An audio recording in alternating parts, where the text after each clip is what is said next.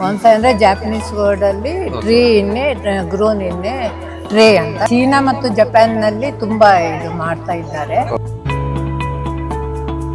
ಅದಕ್ಕೆ ಸಾಯಿಲ್ ಕೂಡ ತುಂಬಾ ರಿಚ್ ಇರಬೇಕು.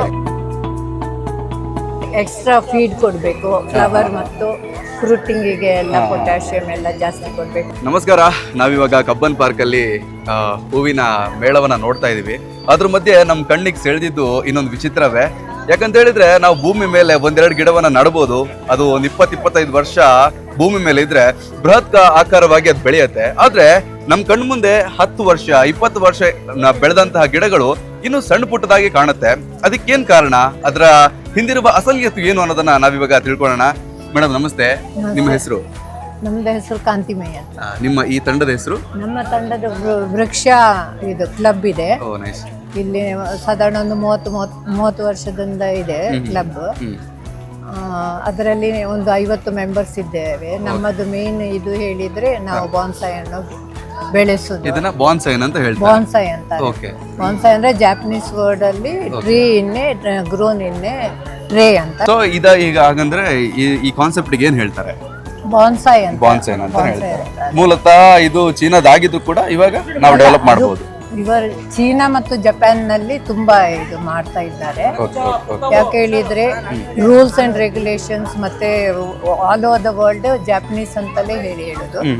ನೋಡ್ಲಿಕ್ಕೆ ಅಂದ್ರೆ ಹೇಳಲಿಕ್ಕೆ ಹೋದರೆ ಹೇಳ್ತಾರೆ ಇಂಡಿಯಾದಿಂದಲೇ ಹೋಗಿದ್ದು. ಆಗಿನ ಕಾಲದಲ್ಲಿ ಬುದ್ಧಿಸ್ಟ್ ನವರು ಮದ್ದು ಇದು ಎಲ್ಲ ಹಿಡ್ಕೊಂಡು ಗಿಡಗಳನ್ನು ತಕೊಂಡು, ಅಂದ್ರೆ ನೀವು ಓಲ್ಡ್ ಟೈಮ್ಸ್ ಅಲ್ಲಿ ಮೆಡಿಸಿನ್ ಹಾಗೆ ಅಂತ ಹೇಳಿ ಅದು ಹಾಗೆ ಟ್ರಾವೆಲ್ ಆಗಿ ಎಲ್ಲ ಇದಾಗಿದೆ, ವರ್ಲ್ಡ್ ವೈಡ್ ಆಗಿದೆ. ಆದ್ರೆ they took the initiative and made the ಇದು ಏನ್ ಹೇಳಿದ್ರೆ ರೂಲ್ಸ್ ಮತ್ತೆ ರೆಗ್ಯುಲೇಷನ್ಸ್. ನೀವು ಇದನ್ನ ಹೇಗೆ ಬೆಳೆಸ್ತೀರಾ? ನಾವು ಮನೆಯಲ್ಲಿ ನಮ್ಗೆ ಯಾರಿಗೆ ಇದು ಪೇಷನ್ಸ್ ಕಲಿಸ್ತದೆ ಒಂದು ಮುಖ್ಯ.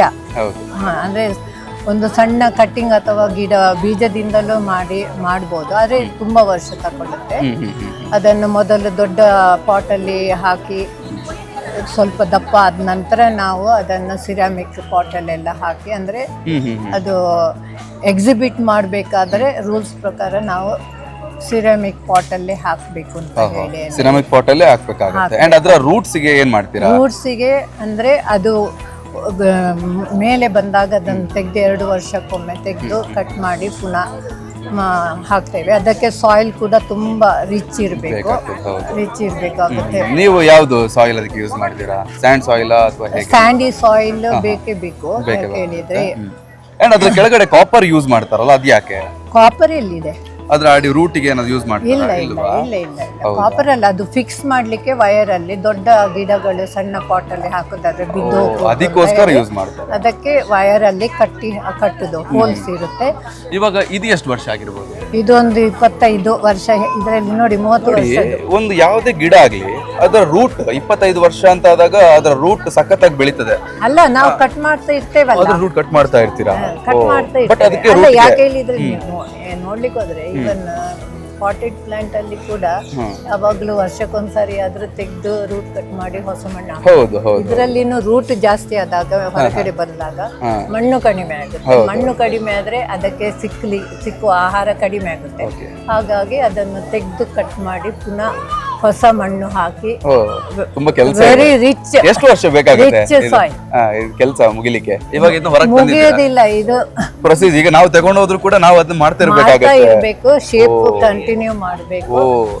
ಈಗ ಅದ್ರ ಬಗ್ಗೆ 400 ಇಯರ್ಸ್ ಇದು ಕೂಡ ಗಿಡಗಳು ಇವೆ. ಇದು ಅದ್ರ ಬಗ್ಗೆ ಅರಿವೇ ಇಲ್ದವ್ರು ತಗೊಂಡೋಗಿ ಅದನ್ನ ಹೇಗೆ ಸಾಕ್ಬೇಕು? ಅಲ್ಲ, ನೀವು ಸಾಕ್ಬೇಕು ಹೇಳಿದ್ರೆ ನಿಮ್ಗೆ ಸ್ವಲ್ಪ ಅದ್ರ ಇಂಟ್ರೆಸ್ಟ್ ಬೇಕು, ಮಾಡ್ಲೇಬೇಕು. ಯಾಕೆ ಹೇಳಿದ್ರೆ ನಾವು ತಗೊಂಡು ಹೋದ ನಂತರ ಅದಕ್ಕೆ ಇದು ಚಿಕ್ಕು ಚಿಕ್ಕು ಗಿಡದಲ್ಲಿ ಆಗಿದೆ. ಅದಕ್ಕೆ ಸರಿಯಾಗಿ ಎಕ್ಸ್ಟ್ರಾ ಫೀಡ್ ಕೊಡ್ಬೇಕು. ಫ್ಲವರ್ ಮತ್ತು ಫ್ರೂಟಿಂಗಿಗೆ ಎಲ್ಲ ಪೊಟ್ಯಾಷಿಯಂ ಎಲ್ಲ ಜಾಸ್ತಿ ಕೊಡ್ಬೇಕು. ಅದನ್ನ ನೋಡ್ಕೊಂಡೆಲ್ಲ ಕೊಡ್ಲಿಕ್ಕೆ ಉಂಟು. ಸಾಕ. ಇದರ ಬೆಲೆ ಹೇಗಿರುತ್ತೆ? ಬೆಲೆ ನೀವೇ ಎಣಿಸ್ಬೇಕು. ಯಾಕೆ ಹೇಳಿದ್ರೆ ಇದ್ರ ಕಷ್ಟ ಆಗಿದೆ ಇದನ್ನ ಬೆಳೆಸೋದಕ್ಕೆ.